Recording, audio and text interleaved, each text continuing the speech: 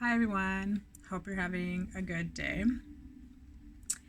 I just wanted to get on here and make a quick video about something that I read earlier, and it basically had said that if you have pain, then to allow it, and you are allowed to feel those emotions and don't let anyone tell you otherwise. And what that means is that if you're going through an experience, and it doesn't matter if like so much time has passed or if there's new things that trigger you to make you bring up that grief and pain again for you, then you are allowed to be sad and sit in those feelings and feel that pain.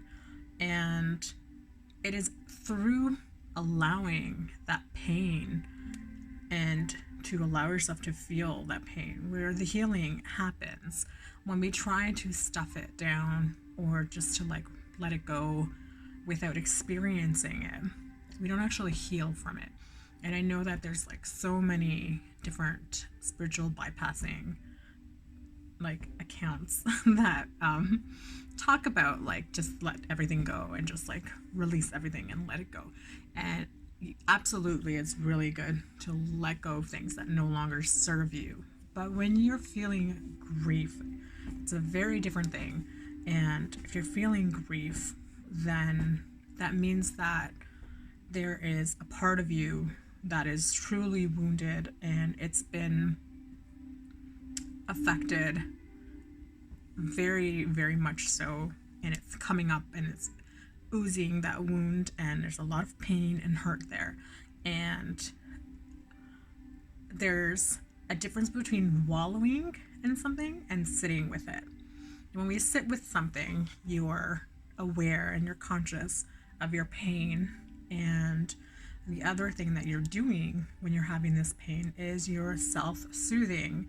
And what that means is that you are essentially parenting your inner child. And self-soothing can look like saying words of encouragement, empathetic phrases to your inner child, things that maybe you didn't have growing up as a child. And so saying those types of things to yourself and self-soothing, like I said, and just sitting with it, being aware of the emotions that you're feeling that are attached with that particular event that has caused you grief and sadness, and just recognizing it, allowing all of those different emotions to come up and to feel them and to honor them in the sense that you're giving them a space to exist and say like, hey, and things that you can say while you're self-soothing and talking to your inner child are, I'll give you an example, is, hey, I know you're hurting. I know that this is tough. I know that this doesn't feel good, but you are still incredible and you're remarkable and we'll get through this. And various other types of phrases that are encouraging and supportive are all important. But at the heart of that, it's important to feel, to allow it to come out and to surface and to be present and to be there, very much so there. And I think that's important to talk about because so many people will give you different advice. And if you have friends who, try to make you forget it, or I'm sure they mean well, or they look like they're annoyed that you're even talking about things still, then maybe those aren't your friends. You should be allowed to express those things in a safe space. And if you have close friends who don't allow that, and who shame you, ridicule you, or ignore you, or tell you that you shouldn't be feeling those things, then those are not your friends. They are not your tribe. So find your tribe of supporters who are going to also meet you with that same compassion and empathy that you're going to give yourself and your inner child.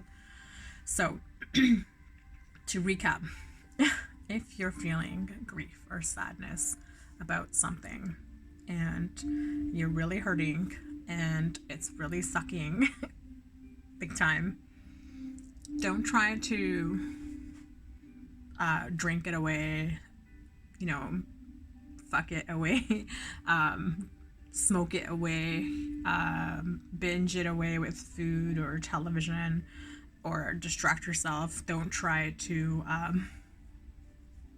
dismiss it and all those things, but rather sit right into it, like bathe and marinate in it.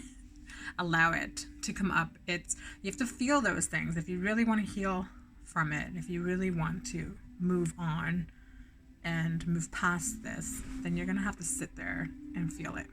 You're gonna have to. There's no other way around it. And recognize what those triggers are. What are the key wounds that are being like tugged at here with the grief? Like, what is the grief about? What is it truly about? Allow yourself to feel it. Allow yourself to be aware of it. Allow yourself to just